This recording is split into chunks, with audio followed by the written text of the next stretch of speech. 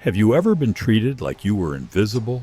Like no matter what you did, it was never enough to be loved? Clara Whitmore knew that feeling all too well.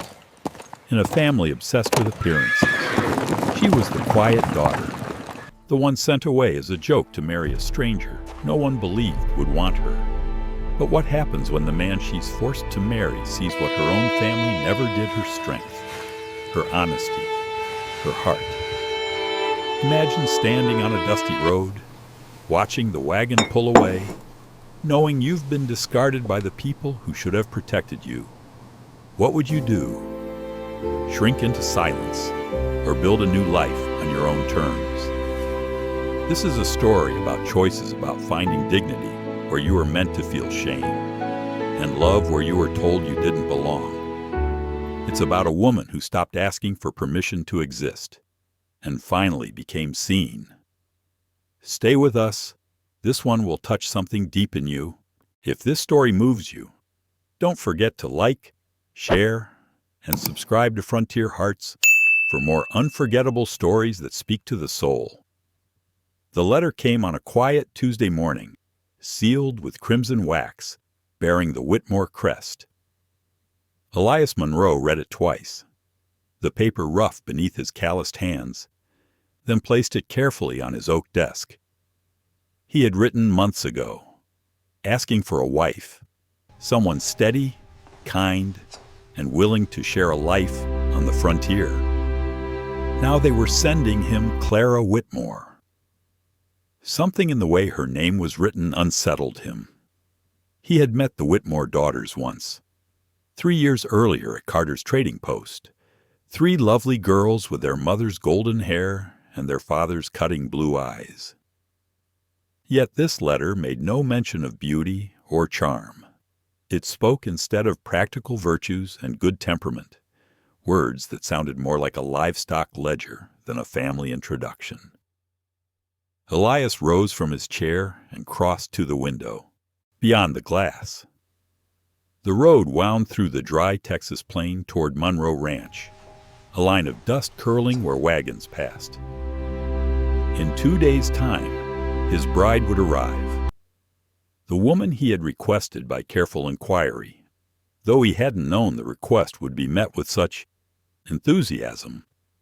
What he didn't know was that, back at Whitmore Estate, Clara was folding her few belongings while her sisters laughed in the next room. He couldn't know that her father called this arrangement perfect justice, or that her mother had smiled a rare, brittle smile when they chose which daughter to send away. Nor could he guess that Clara carried a secret that would bind her fate to his in ways neither of them could yet imagine. By Wednesday morning, Elias found himself cleaning his house with a vigor that startled him. He swept every corner, scrubbed the kitchen table until it gleamed, and replaced the old linens in the spare room with crisp white sheets. A vase from his late mother's trunk sat on the bedside table, a single sprig of wild sage placed carefully inside. Standing before the hallway mirror, he studied his reflection: dark hair, weathered skin, and the steady eyes of a man who'd worked too long alone. At 28, Elias owned more acres than most men twice his age. Yet something vital had always been missing. The silence of his home felt heavier each year, pressing against his ribs like the weight of regret. Memory crept in uninvited. 3 years ago, at Carter's trading post, laughter had pulled his attention from a stack of feed sacks. 3 young women stood near a wagon, their hair catching the late-day sun. The eldest bartered over fabrics. The middle one flirted shamelessly with a merchant. But it was the youngest who held his gaze. She was kneeling beside a wounded dog, her dress streaked with mud, whispering gentle words, while her sister scolded her for soiling herself. Her hands were small but sure, tearing her own petticoat to bandage the animal's paw. When she stood, her face smudged and eyes soft with worry, Elias had felt something shift deep within him. That girl dismissed by her father, with a careless "our youngest." Clara looked both fragile and fierce, like someone who carried more pain than she deserved. He remembered how her family had hurried her away, embarrassed by her compassion, and he remembered the quiet sadness in her eyes, the kind that stays with a man now. As he adjusted a crooked picture frame, he couldn't help wondering what had become of her. Her father's letter had been strangely eager, too quick to seal an agreement that most families would have pondered for months. It reeked of desperation. Outside, the afternoon sun stretched long shadows across the floorboards. Tomorrow she would come, and with her, truths he wasn't sure he wanted. Still, one image refused to leave his mind, the way her family had looked at her that day, as if she were a burden instead of a blessing. Back at Whitmore Estate, 2 days earlier, the family had gathered around their dining table like conspirators. Samuel Whitmore read Elias's letter aloud once more, his weathered hands trembling slightly. Across from him, Eleanor Whitmore sat rigid, her expression equal parts relief and disdain. "A rancher," she said coolly, "and a prosperous one, by all accounts." Their eldest, Beatrice, leaned forward, eyes alight with interest. "The same Elias Monroe who bought the Harlan Ranch." "Father, he owns half the county." "Exactly," murmured Lydia, her tone sharp as glass. "Perfect. Really. Poor Clara hasn't the faintest idea what awaits her." Samuel folded the letter and slipped it into his vest pocket. "She doesn't need to know the details. It's better this way." And so the plan was set in motion. That in, none of them realized that Clara Whitmore had been standing just beyond the door, her heart breaking with every word. "This makes everything perfect," said Lydia Whitmore, her smile sharp enough to cut glass. "Poor Clara has no idea what's waiting for her." At the far end of the table, Samuel Whitmore placed the letter down with deliberate calm. His wife's fingers tapped the polished oak surface, an impatient rhythm that echoed through the dining room. 3 years, Eleanor Whitmore said, her voice tight with long-stored bitterness. 3 years of watching that girl turn into a burden. Every time we thought she might learn her place, she found another way to shame this family. "Mother," warned Beatrice, glancing toward the kitchen door. "She could hear you." "Let her hear," Eleanor snapped. It would be the first time she listened to anyone. Her blue eyes gleamed with satisfaction. "This marriage will finally solve our problem. Let someone else manage her defiance." Truthfully, Clara Whitmore had become a problem, but not because she was cruel, lazy, or wild. Her greatest fault was her honesty. While her sisters had perfected the art of flattery, Clara had developed a habit of seeing too much and saying exactly what she saw. When the banker's son tried to cheat their neighbor out of a wheat field, she spoke up. When the preacher's wife skimmed from the church fund, Clara gathered proof and laid it on the communion table for all to see. Every small act of integrity carved another mark against her in her parents' estimation. By now, people in town whispered that the Whitmore's youngest daughter had a dangerous conscience. Farmers crossed the street when she passed, fearing what truth she might uncover next. Her father could feel the gossip bleeding into his business dealings, and he despised her for it. "She asked too many questions," Samuel muttered, rubbing the bridge of his nose. "Always watching, always listening. It's not natural." Natural, Lydia scoffed, standing to peer through the lace curtains.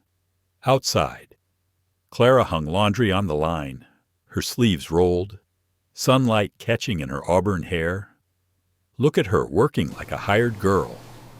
Remember the Turner deal? We'd have made a small fortune if she hadn't demanded to know where the money came from. Beatrice folded her arms, her expression sour. Or Judge Harlan's nephew. We could have secured a friend in the territorial courts if she hadn't made a spectacle of his drinking. Their mother's mouth thinned. This arrangement with Elias Monroe fixes everything. His ranch sits nearly 40 miles away, far enough that her meddling can't reach us. And if the gossip about his fondness for young brides is true, she'll have no time to interfere with anyone else's business. Samuel slid the letter back into his vest pocket. Tomorrow morning, she'll be told. She leaves Thursday. No arguments. None of them realized Clara Whitmore had been standing just beyond the door, her heart hammering so loudly she could hear it in her ears. Every word landed like a nail driven into wood burden. Shame, problem, disgrace. She pressed her back to the wall, her breath shallow. Part of her wanted to burst into the room, to face them all and demand why love in this house had always felt like a ration measured by teaspoons. But another part, the quieter, wiser part that had learned survival through silence, told her to wait. She slipped away from the kitchen porch, her boots whispering across the packed earth, and circled toward the rear of the estate.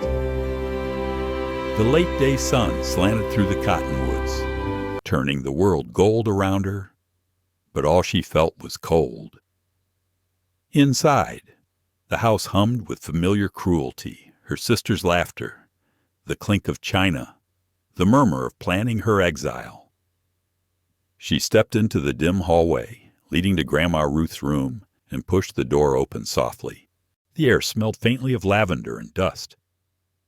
The old woman lay beneath her quilts, her chest rising and falling in the shallow rhythm of someone caught between sleep and the next world. Clara pulled a chair close and took her grandmother's fragile hand. "I heard them talking. Grandmama," she whispered, "they're sending me away, to marry a man I've never met, all because I asked too many questions." Her voice broke, but she kept talking. "They think I ruined their chances, but all I did was tell the truth, about the Turner money, about the judge's nephew, about the neighbors they cheated. Maybe I should have stayed quiet. Maybe I should have looked the other way like they wanted." She squeezed her grandmother's hand tighter. "But I can't. It's not in me."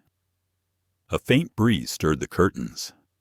For a moment, she imagined her grandmother's spirit still lingered there, silent but listening.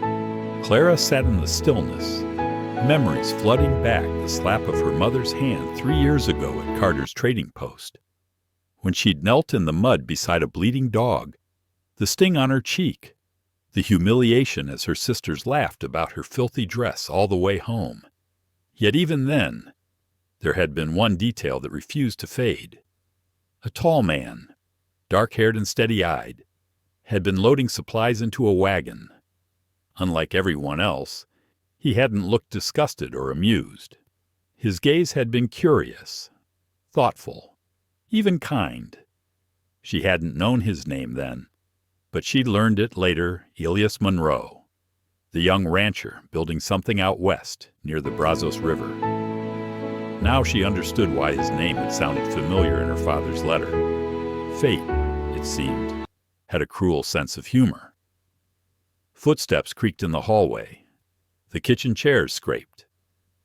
Clara rose quickly, kissed her grandmother's forehead, and slipped outside before anyone noticed.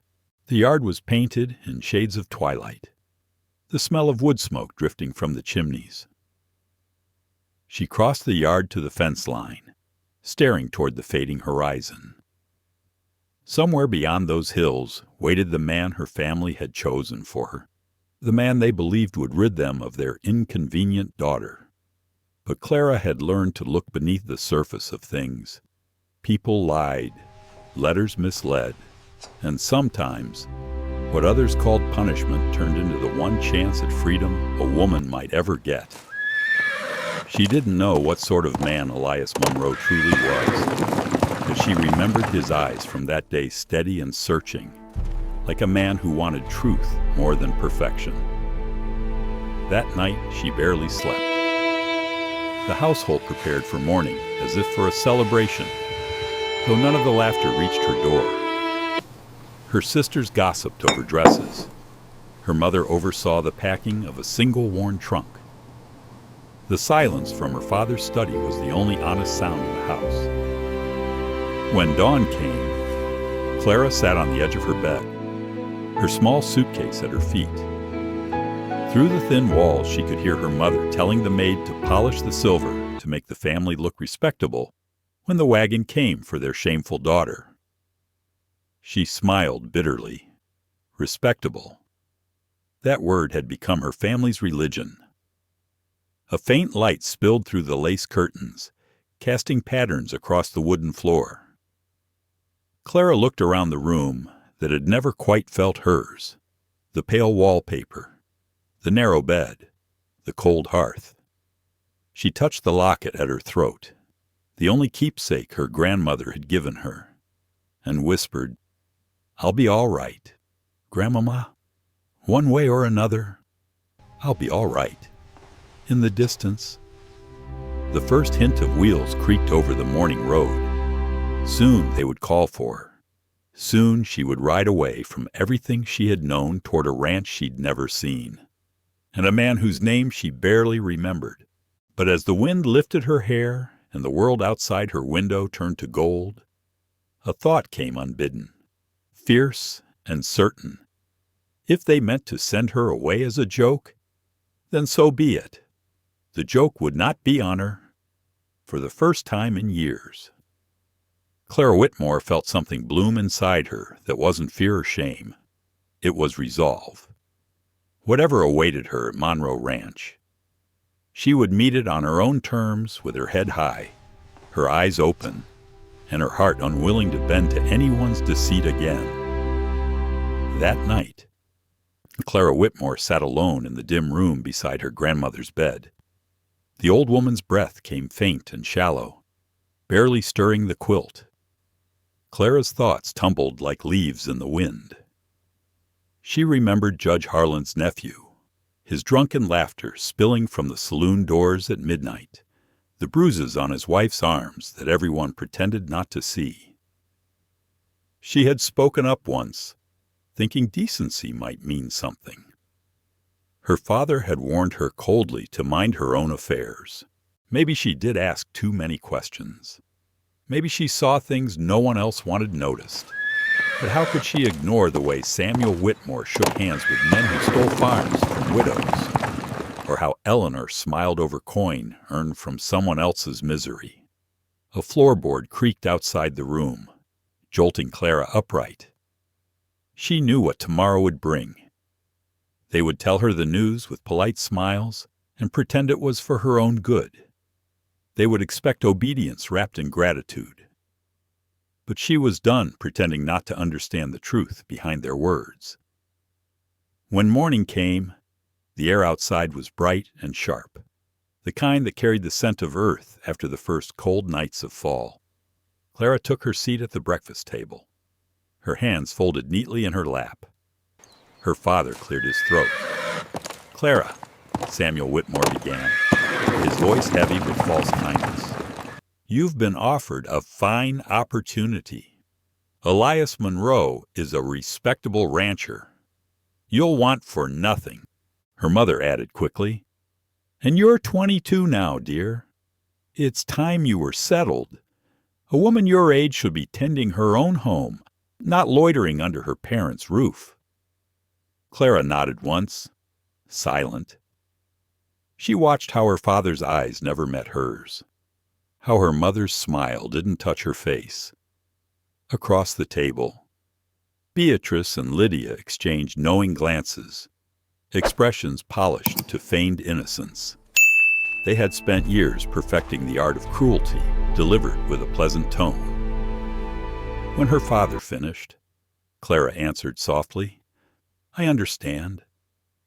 No one noticed the calm steel behind her voice. By Thursday afternoon, Her few belongings were packed neatly into a small trunk worn smooth from years of use. The family gathered on the porch to send her off. The sky stretched clear and endless overhead, the fields glowing gold in the slanting sun. Her parents stood together, their faces set in brittle smiles. Beatrice dabbed at her eyes with a lace handkerchief, a performance for the neighbors, while Lydia smirked behind her. The hired driver lifted Clara's trunk into the wagon. As she climbed aboard, she turned once to look back at the only home she had ever known, a grand house with a hollow heart. Her father raised his hand in a stiff farewell. Her mother stood motionless, lips pressed thin. No blessing, no tenderness, just relief. The horses started forward, hooves clopping against the packed dirt road. Dust rose behind them like smoke from a fire that had finally burned itself out. Clara didn't look back again. The landscape unfurled before her in slow, rhythmic motion, rolling plains, scattered cottonwoods, the faint shimmer of rivers cutting through dry grass. With every mile, the air grew cleaner, freer. She breathed deeply for the first time in years. Still, thoughts of Elias Monroe haunted her. She remembered his face at Carter's trading post, sun-browned skin, eyes steady and curious.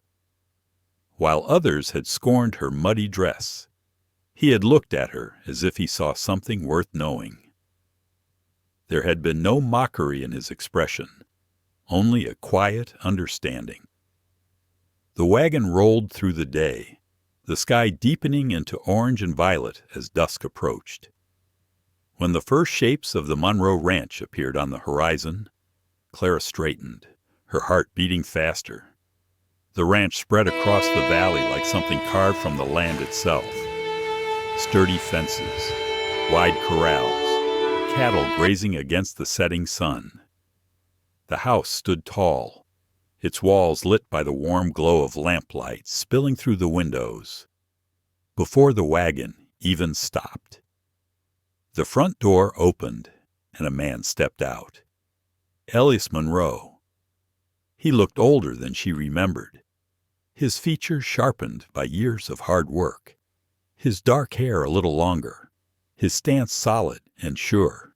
Yet the moment his eyes met hers, she recognized him instantly. "Miss Whitmore," he said, his voice calm and low as he reached up to help her down. His hand was rough and warm, the kind of hand shaped by the land itself.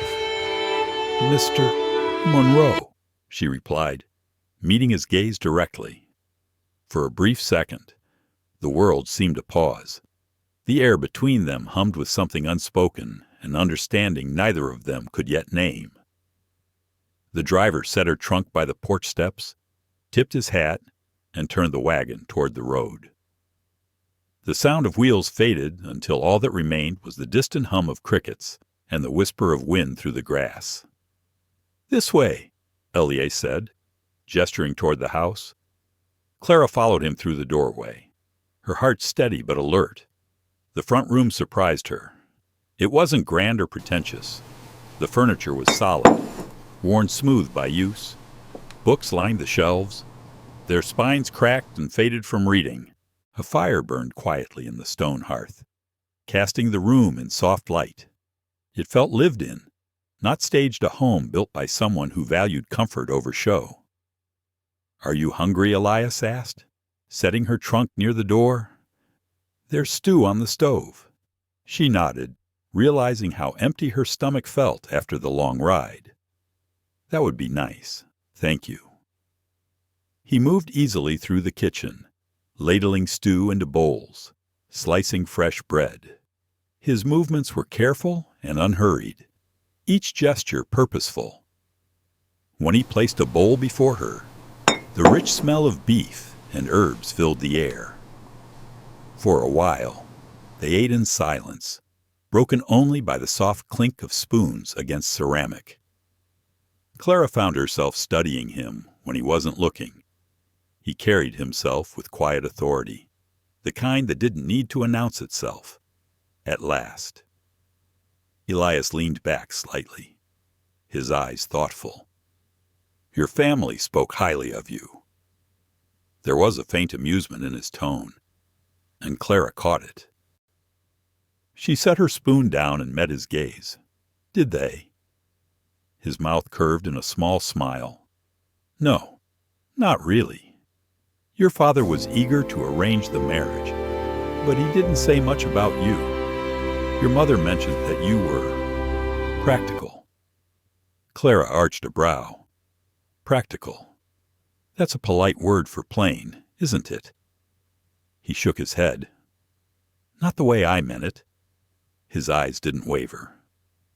I remember you from Carter's trading post, 3 years ago. You tore your own dress to bandage a wounded dog while your family scolded you for ruining the fabric. That didn't seem plain to me. Heat crept up Clara's neck.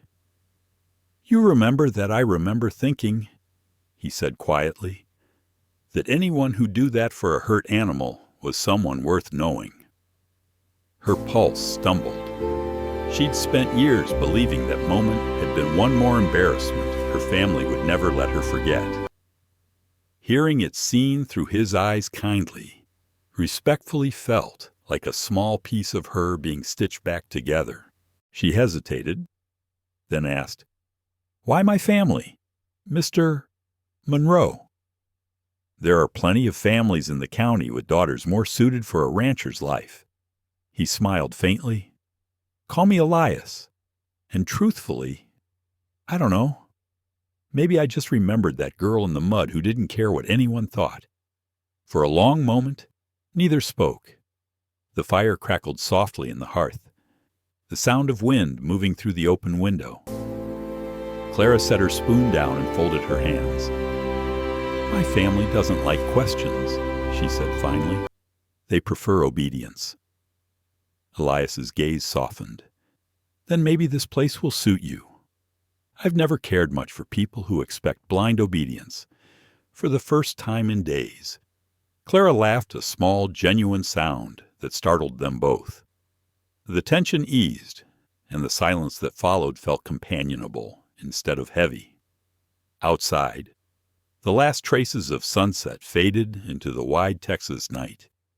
The stars came out one by one, bright and cold over the prairie. Inside, the firelight glowed on the rough walls, warm against the shadows. Clara realized she didn't feel afraid anymore. Whatever had brought her here, whether cruelty, chance, or destiny, it no longer felt like punishment. It felt like the beginning of something real. And across the table, Elias Monroe looked at her with that same quiet curiosity he'd shown 3 years before. As if he already sensed the truth, neither of them could yet admit that what began as a bargain might become something far more dangerous and far more beautiful than either of them had planned. Clara set her spoon down, her pulse quickening under the weight of his gaze. Did they? Now she asked softly. Across the table.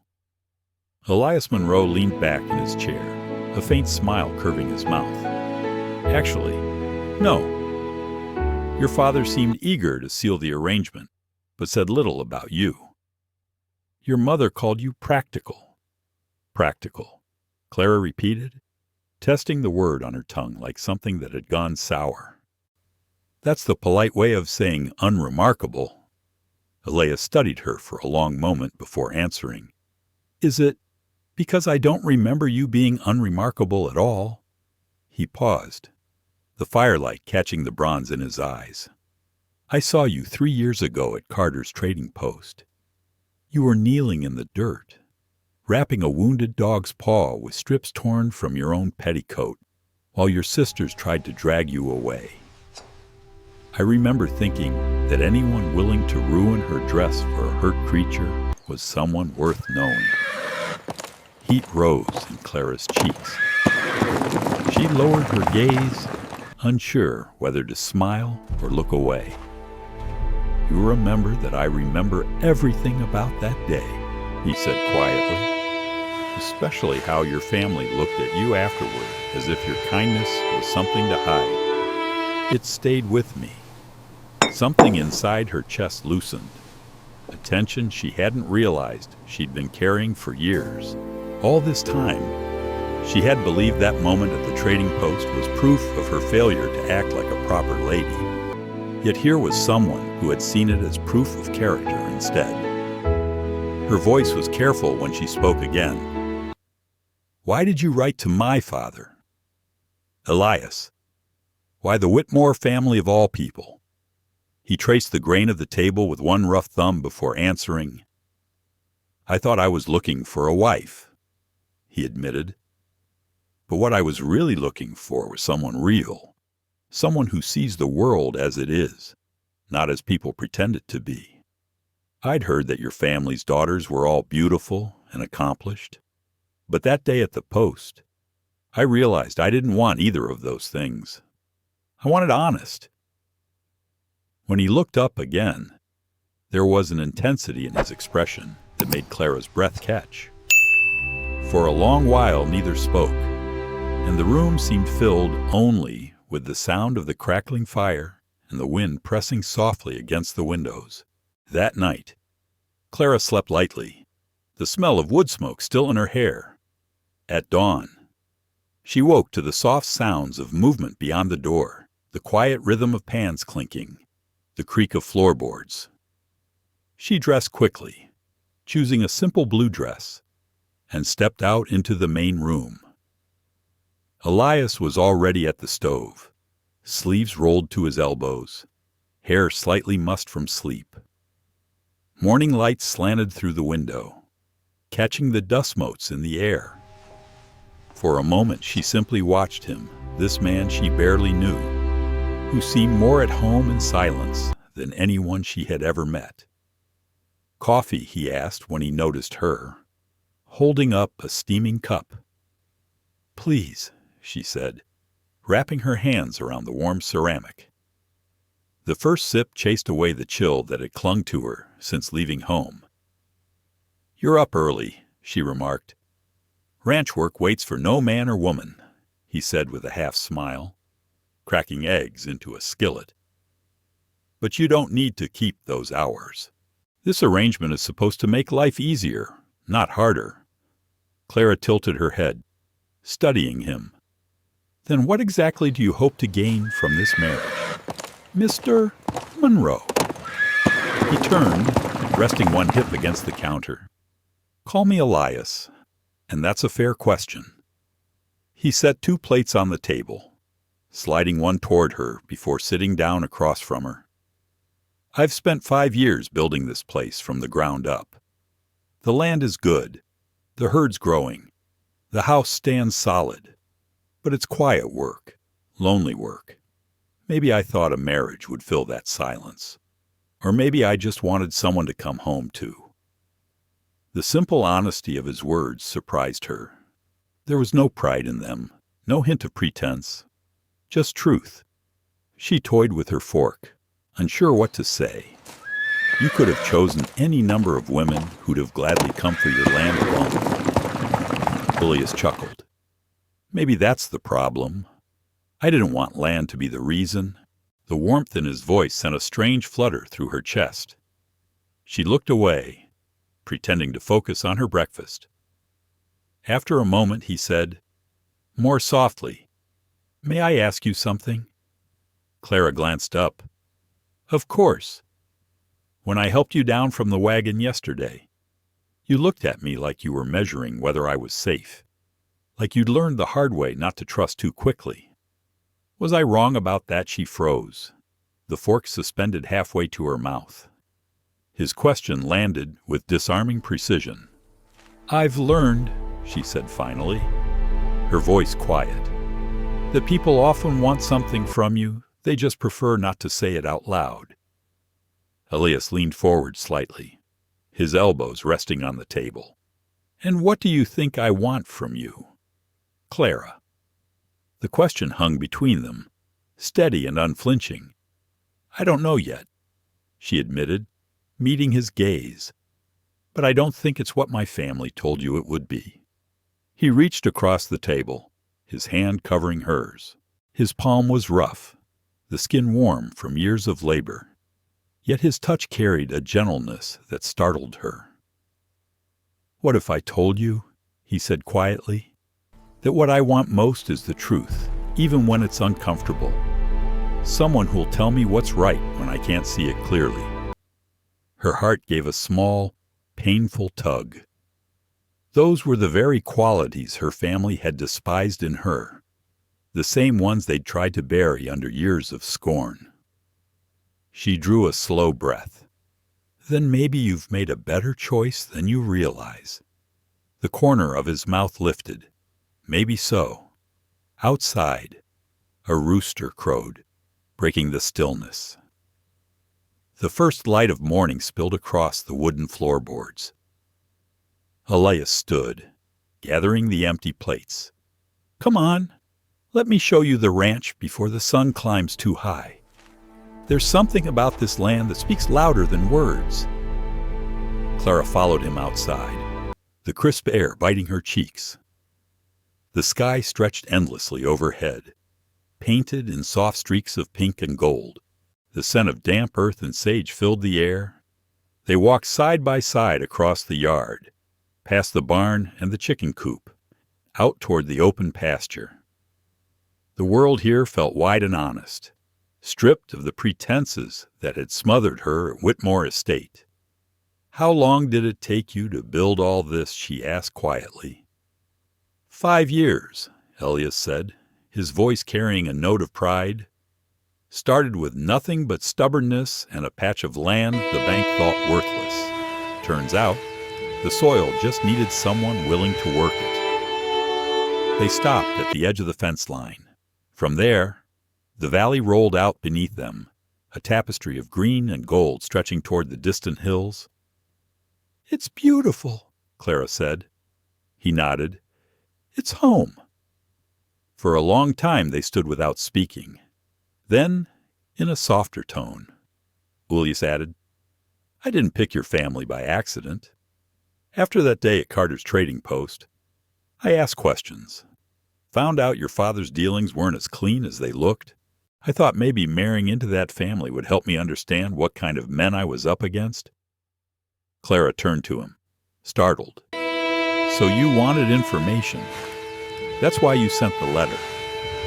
"That's what I thought at first," he said. "But then you arrived and I realized I didn't care about your father's business anymore." She searched his face. "How can you be sure?" Elias reached out, brushing a strand of hair from her cheek. "Because the only thing I've been thinking about since you stepped off that wagon is how it feels to have you here." The honesty in his voice was almost too much to bear. Clara looked away, her breath catching. The wind tugged at her skirt, carrying the faint scent of rain. For a moment, neither moved. Then Elias added quietly, "I'm not asking for your trust yet. Clara, just your patience. Let's see if we can build something real here, something neither of us expected." Clara nodded slowly, her eyes meeting his again. "Real sounds like a good place to start." And as the morning sun broke over the hills, warming the land and everything on it, she realized that for the first time in her life, she didn't feel like a burden or an obligation. She felt like someone who finally belonged in her own story. "What if I told you," Elias Monroe said softly, "that what I want most is someone who will tell me the truth, even when it's hard to hear someone who doesn't hide behind polite lies, just because they're easier to swallow?" Clara's breath caught. Those were the very traits her family had spent years trying to crush: the honesty that made her a burden, the compassion that made her a disappointment. Hearing someone value those things now felt almost unreal. She met his gaze steadily. "Then you may have made a better choice than you realize." After breakfast, Elias offered to show her around Monroe Ranch. The air outside was fresh and cool, carrying the faint scent of sage and distant rain. Clara followed him across the yard, her boots crunching softly on gravel. The world stretched endlessly around them, rolling pastures framed by low wooden fences, fields that rippled gold under the morning light. "It's bigger than I expected," she said, shading her eyes as she watched a small herd of horses move lazily across the far meadow. Elias smiled faintly. "It took years. Started with little more than this land, 2 hands, and more stubbornness than sense." They stopped at a fence overlooking the largest pasture. Clara rested her arms on the worn rail and drew a slow breath. For the first time in her life, there was no one to scold her for standing still, no voice reminding her what she should be doing instead. Just open space, sunlight, and the quiet hum of the earth beneath her feet. Elias stood close beside her, so near she could feel the heat of him, even through the crisp air. The faint scent of leather and soap lingered between them. "Can I tell you something?" he asked, his voice lower now, as if the words weren't meant for anyone but her. She turned slightly toward him. "Of course. I didn't choose your family by chance." His expression had changed, still calm, but threaded with something heavier. "After that day at Carter's trading post, I made some inquiries about your family's business. What I found wasn't exactly what I'd hoped." Clara's fingers tightened around the fence rail. "What kind of inquiries?" "The kind that revealed your father's been involved in deals that walk a fine line between clever and dishonest," Elias said quietly. "Nothing illegal, but not clean either. I learned you were the one who exposed a few of those schemes. You cost your family money to protect others." Her pulse quickened as the pieces fell into place. "So that's why you wrote to him. You didn't want a wife, you wanted information." "That's what I thought I wanted," Elias admitted. His voice was steady, but there was regret behind it. "How can you be so sure now that it isn't?" He didn't answer right away. Instead, he lifted a hand and brushed his thumb along her cheek, so lightly she almost didn't feel it. The simple tenderness of the gesture silenced her doubts before he even spoke, because somewhere between yesterday and this morning, "I stopped thinking about your father's name or his business," he said. "I stopped caring about anything except you. Not the daughter they tried to send away. Not the girl caught between right and wrong, but you. As you are, when no one's watching." Clara's heart stumbled against her ribs. She opened her mouth to speak, but no words came. The wind shifted, carrying the scent of rain across the open fields. When she finally found her voice, it was barely a whisper. "And who am I when no one's watching?" Elias smiled faintly, his thumb still tracing her cheek. "You're the woman who kneels in the dirt for a wounded creature when everyone else turns away. You're the one who speaks up when silence would be easier. You're the one who sees what's real." The word beautiful hovered unspoken between them, but she saw it in his eyes. No one had ever called her beautiful before. Her family used prettier words for her sisters and crueler ones for her, but never that. Never anything that felt like seeing. "What happens now?" she whispered. Elias's hand lingered against her skin, his thumb brushing the curve of her jaw.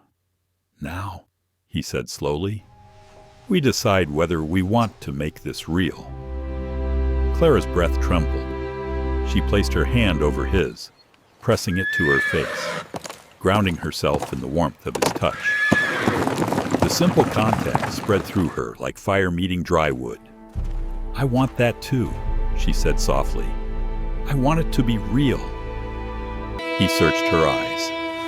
"Are you sure? Because if we cross that line, there's no going back. No pretending this is just an arrangement." Clara didn't hesitate. She rose onto her toes and kissed him. At first, it was gentle, curious, uncertain, but when his arms came around her, steady and sure, Something inside her broke open. Years of silence, of being unseen and unheard, poured out in that one unguarded moment. When they finally drew apart, both were breathless. Elias leaned his forehead against hers, eyes still closed. "I need you to know something," he murmured. "Whatever reasons brought you here, whatever your family told themselves, none of it matters to me anymore. You're not a burden. You're not a problem to fix. You're exactly what I didn't know I was looking for." Tears welled in Clara's eyes. Tears not of sorrow, but release. "They sent me away because they thought I was too difficult," she whispered, "too outspoken, too likely to interfere with their precious deals. They meant it as punishment." Elias smiled faintly, his hand still framing her face. "Then they gave me the greatest gift they could have given." Clara gave a shaky laugh. "You don't even know what you've gotten yourself into." "I have a feeling," he said, brushing a tear from her cheek with his thumb, "that I'm about to find out." They stood there for a long moment, the prairie stretching wide around them. The sun slipped higher, the light turning golden and soft. Somewhere in the distance, a horse whinnied, and the world seemed to exhale. When they finally walked back toward the house, their fingers brushed, then twined together naturally, as if they'd done it for years. Inside, the fire still burned low in the hearth, filling the room with warmth. Elias stopped near the door, his voice low. "I can't promise an easy life here. There's work every day, storms that tear fences apart, long winters that test your will. But I can promise honesty. I can promise you'll never have to hide who you are." Clara looked up at him, the flicker of firelight catching in her eyes. "That's more than anyone's ever offered me." "Then let's start there," he said. She nodded, her throat too tight for words. Outside, the wind picked up, sweeping across the fields and carrying with it the smell of rain and promise. Inside, standing beside the man who had once been a stranger, Clara Whitmore felt something she had never known at Whitmore Estate, not safety, not certainty, but belonging. And as Elias watched her from across the quiet room, he knew that whatever had started as convenience had shifted into something far more powerful, something alive, something worth every risk. "What about your original plan?" Clara Whitmore asked softly. "The information about my father and his business." Elias Monroe smiled, the edges of his expression turning unexpectedly boyish. "I've got everything I need right here," he said, brushing his thumb across her knuckles. "Let your father make his shady deals.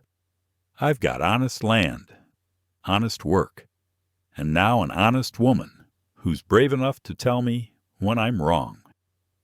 Clara tilted her head, teasing. "That might happen more often than you expect." "I'm counting on it," he said, and for the first time, she truly believed him. 3 weeks later, they were married by a traveling preacher who stopped at Monroe Ranch between circuits. The ceremony was simple, just 2 ranch hands as witnesses, a handful of wildflowers on the porch rail, and the sound of the wind weaving through the tall grass.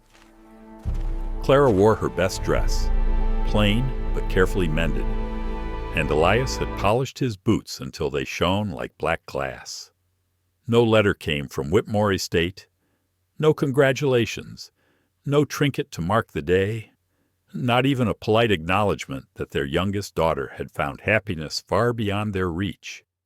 But Clara didn't need their approval anymore. She'd spent her life chasing acceptance from people who had never intended to give it. Now, she stood beside a man who valued her honesty over her obedience, her courage over her silence, her heart over her family's name. That evening, as the sun slipped below the horizon, they sat together on the porch steps. The world around them stretched wide and golden, fading into the first dark shimmer of stars. The smell of rain hung faint in the air. Elias reached for her hand, his fingers fitting naturally around hers. "Any regrets?" he asked. Clara smiled, squeezing his hand gently. "Only that it took us 3 years to have that first real conversation." Elias chuckled, pulling her closer until her head rested against his shoulder. "Then we've got the rest of our lives to make up for lost time." The night deepened around them, warm and quiet. Somewhere out in the pasture, a horse whinnied softly, and the sound of crickets rose like a steady heartbeat. Clara looked up at the sky, where the stars burned bright over the land that was now hers as much as his. She had once been sent away as a joke, the unwanted daughter, the family shame, but here, beneath the vast American sky, she was something entirely different, wanted, seen, and finally home. And for both of them, that was more than enough. Life has a way of testing who we are when everything familiar is stripped away. Clara's journey reminds us that worth is not measured by appearance, wealth, or status, but by the quiet courage to remain kind in an unkind world.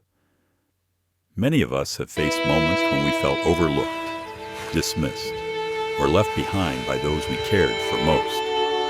Yet, as Clara learned, sometimes rejection is the universe's way of leading us toward the people who will truly see us. For those of us in our later years, her story is a gentle reminder. It's never too late to be valued for who we really are. Dignity is not something given. It's something we claim when we choose truth over approval. The heart may wrinkle, the years may pass, but the soul's need to be seen, to be understood, never fades. Her story tells us that love grounded in honesty is timeless, and healing can begin at any age when we finally learn to stop apologizing for being ourselves. Thank you for spending your time with Frontier Hearts. If this story touched you, please like, share, and subscribe. Your support helps us keep bringing powerful human stories to life. Every view, every comment, every click means more than you know. Until next time, take care of your heart and never stop believing in the power of kindness.